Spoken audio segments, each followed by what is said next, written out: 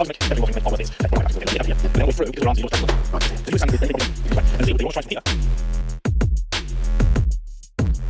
had the opportunity yesterday to help Jerry with his golf game and specifically looking at the driver. He came to me kind of struggling a little bit, lacking in confidence, not hitting it as well as he'd like.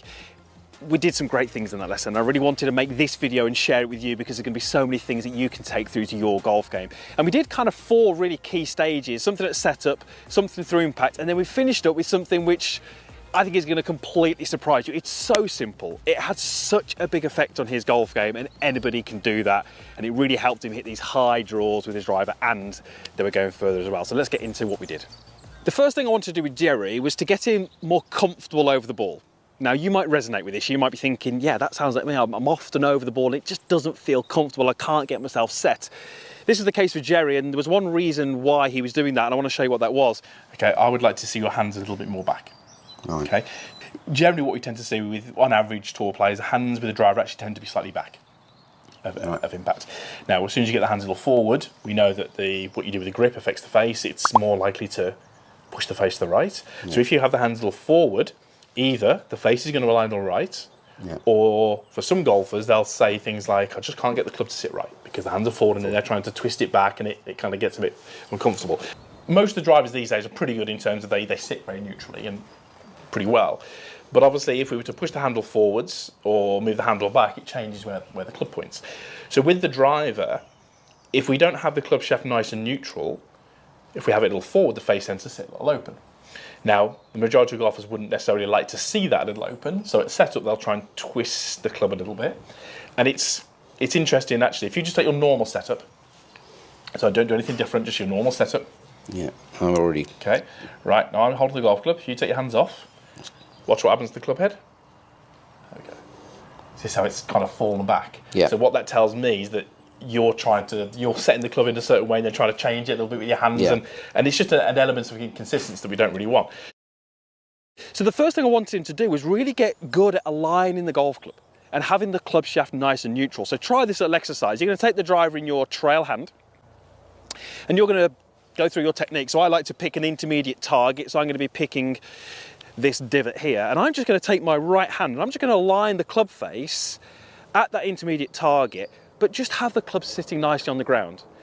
Now I'll straight away see whether handle being forwards, club is open, or handle being back, club is closed. So I want that club shaft nice and neutral, which allows the club to sit nice and neutral. Then I can build my stance around that. What we would generally tend to see with great drivers of the golf ball is they tend to have the hands nice and neutral, and if anything, they have the handle slightly back.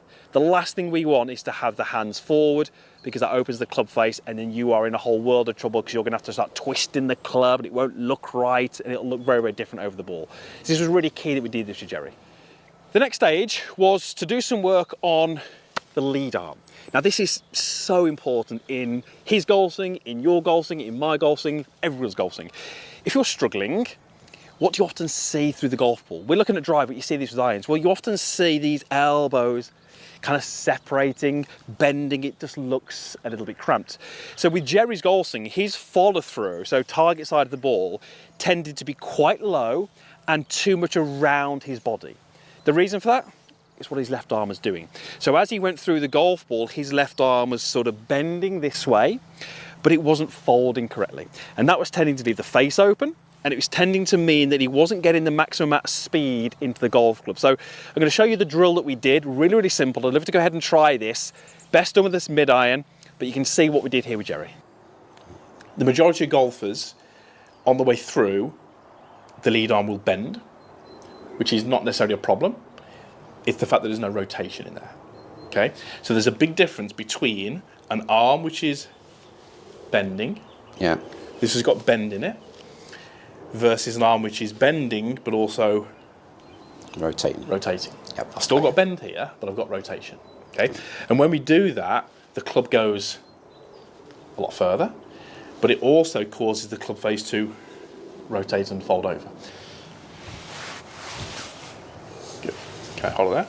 Okay, so what I saw there, which is kind of what tends to happen a lot, is too much tension. Yeah. Okay, so softer, softer, softer. There we go. Good. Just going to go a little turn. Better. Okay. Better. Just letting that club head work on its this way.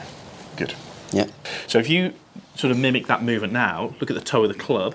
As you do that, it just wants to overtake. So it's a sort of squaring movement, if you like. It's something in the golf swing which squares. If this arm sort of bends, you can see what the club does. Yeah. Number one, it hasn't got as much speed, but number two, it doesn't tend to, it doesn't tend to want to square up. It tends to want to point in that direction. So just have a little couple of swings of that. Just take the better. Good. Better. So on these practices, I'd love it to just be Tuck it in. a little softer. Okay. Just we're trying to get as much softness as we can. Now, like I said, reality is at speed it'll do this. It'll do But that. the idea of this right arm is to keep this sort of on the side. Better, much better. Okay, and all we're going to do is we're just going to go a little chip, maybe 20 to 30 yards.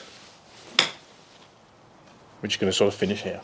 And all I wanted to do is be able to take that trail hand off and be in this sort of same position. I've got some rotation, but my arm is close. And the grip is down here. Love that. Love that. Really good. Wherever you finish, just hold. There we go, perfect. Okay, take this hand off. Perfect. Yep. Perfect. That's where it should be.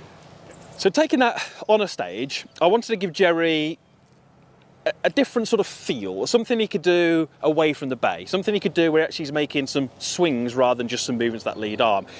You could go this way, but if you were damaging, if you think about damaging the wall this way. So if I was to demonstrate your golf swing and make it far worse than it is, okay, probably can't make a backswing because the wall would get in the way. You'd get down to here, Yeah. but then on the way through, because what your arms do, you'd almost drag the club Right. into here. So if you were to stand with, your feet probably some 6 inches away, Okay. and the feel would be you're almost trying to, from here, get the club working all the way through without hitting the wall. There you go. And you'll feel how you're doing a lot more with your hands and arms. There you go. Yeah. It's a good feeling for you.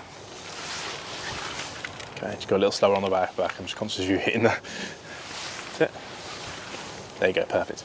So on that drive that you leaked out to the right, what we see in your follow through, we saw this sort of very much this sort of drag across here where you were trying to sort of save it with your hands. So that you can't really do this at massively high speed, but it gives you a little idea of trying to fold the arms up more with the body rotation. Okay. It's a good little exercise to sort of feel what that would be. Right. That would be like.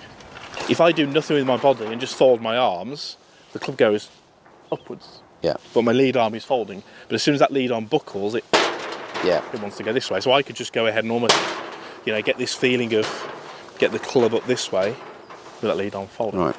Okay. Nice and slow. There you go. Beautiful. We used that wall as a barrier, and we got him to make some swings where he wasn't making contact with the wall. So here's how you do that when you don't have that wall. You're going to take a starting position, and you can see that my bag is probably some 6 to 8 inches in front of my sort of toes. Now, bearing in mind, this is to create a feel. This isn't necessarily the exact movement that you would want, but this is great because in this stage of the change, that's what I wanted to give Jerry, the right feels that he could latch onto. So had we looked at Jerry's golf swing to begin with, and he'd just made a normal swing, with his lead arm movement, he'd have hit that bag every single time. We gave him 10 swings, he'd have hit it 10 times. Watch what happens if I don't do anything with my body, and I hold the top of my lead arm, like that little first exercise we did, and just let the club release through. Well, you'll see now that club starts to go more up and over the golf bag because my lead arm is starting to fold correctly. Now at this stage I obviously don't have any body turn, but it's really training my lead arm to fold and release correctly.